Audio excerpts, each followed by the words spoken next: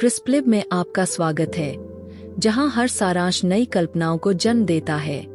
आज हम बात करेंगे द पावर ऑफ नाउ की, एक ऐसी किताब जो आपकी जिंदगी को बदल सकती है। इस किताब में हमें सिखाया गया है कि वर्तमान पल में पूरी तरह से जीने से कैसे हम शांति और खुशी पा सकते हैं। पहले जान लेते हैं कि यह किताब क्या है। द पावर ऑफ नाउ एक आध्यात्मिक गाइड है जो हमें बताती है कि हमें अतीत की यादों और भविष्य की चिंताओं से बाहर निकलकर वर्तमान में ध्यान केंद्रित करना चाहिए। एकहार्ट टोले का कहना है कि हमारा अधिकांश तनाव और असंतोष तब होता है जब हम अतीत और भविष्य के बारे में सोचते रहते हैं। वर्तमान पल में जीने से हमें सच्ची शांति मिलती है। अब चलिए किताब के मुख्य विचारों पर ध्यान देते हैं। टोले बताते हैं कि हमारा मन हमेशा विचारों से भरा रहता है जो हमें जीवन के वास्तविक अनुभव से दूर कर देता है। इस मानसिक शोर के कारण तनाव और असंतोष पैदा होता है। वे पेन बॉडी की बात करते हैं जो हमारे अतीत के दर्द का संग्रह है और वर्तमान घटनाओं से उत्तेजित होता है। यह पेन बॉडी हमारी प्रतिक्रियाओं को प्रभावित करता है और हमें नकारात्मकता में फंसा देता है। इन विचारों को समझाने के लिए आइए हमारे काल्पनिक दोस्त सैम से मिलते हैं। सैम एक मेहनती व्यक्ति है जिसकी दिनचर्या काम की डेडलाइंस, पारिवारिक जिम्मेदारियों और लंबी टू डू लिस्ट से भरी रहती है। इसके बावजूद सैम अक्सर भविष्य की चिंताओं और अतीत की पछतावों से परेशान रहता है।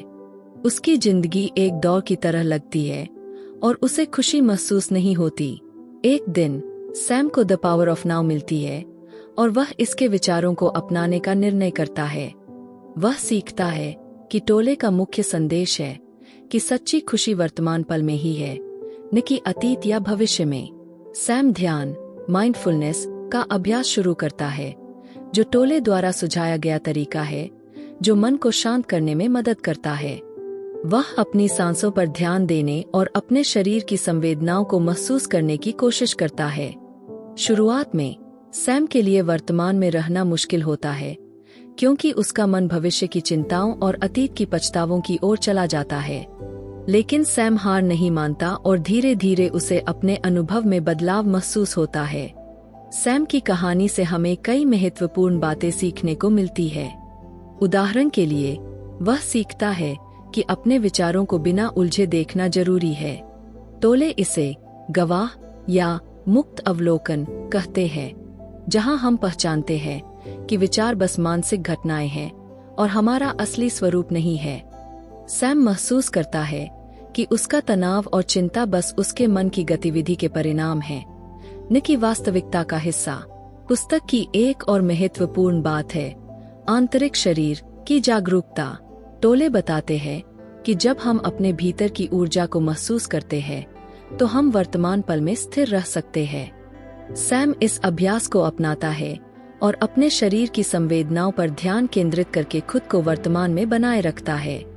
यह अभ्यास उसे बाहरी दबावों से कम प्रभावित महसूस कराता है। टोले समर्पण की बात भी करते हैं, जो वर्तमान पल को बिना प्रतिरोध के स्वीकार करने का मतलब है।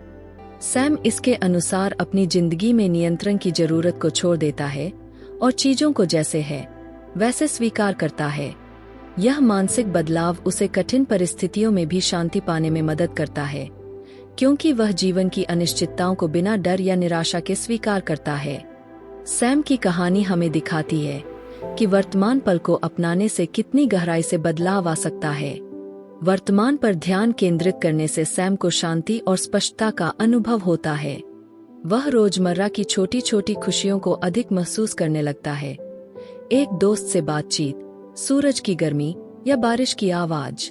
इस नई प्रेजे से उसकी समग्र भलाई में सुधार होता है और वह जीवन को अधिक खुशी और सराहना के साथ देखता है। तो हम इस किताब से क्या सीख सकते हैं? द पावर ऑफ नाउ हमें सिखाती है कि सच्ची खुशी और संतोष प्राप्त करने की कुंजी वर्तमान पल में ही है। ध्यान, विचारों का अवलोकन, आंतरिक शरीर की जागरूकता और समर्पण का अभ्यास करके हम अपने जीवन को तनाव और चिंता से शांति और संतोष की स्थिति में बदल सकते हैं। अंत में एकहार्ट टोले की द पावर ऑफ नाउ हमें मानसिक पैटर्न से मुक्त होने और वर्तमान पल की सुंदरता को अपनाने का एक शक्तिशाली मार्गदर्शन प्रदान करती है। ठीक सैम की तरह हम सभी में अब में जीने की शक्ति है जो हमारे जीवन को बदल सकती है। अगर आपको यह सारांश पसंद आया तो कृपया लाइक, शेयर और सब्सक्राइब करें क्रिस्प लिब को। हमें कमेंट्स में बताएं कि आप अपने जीवन में वर्तमान पल की शक्ति को कैसे लागू करने की योजना बना रहे हैं। और भी रोचक सारांश और अंतर्दृष्टियों के लिए हमारे साथ जुड़े रहें। अगले समय तक खोज करते रहें, सीखते रहें और वर्तमान में जीते रहें।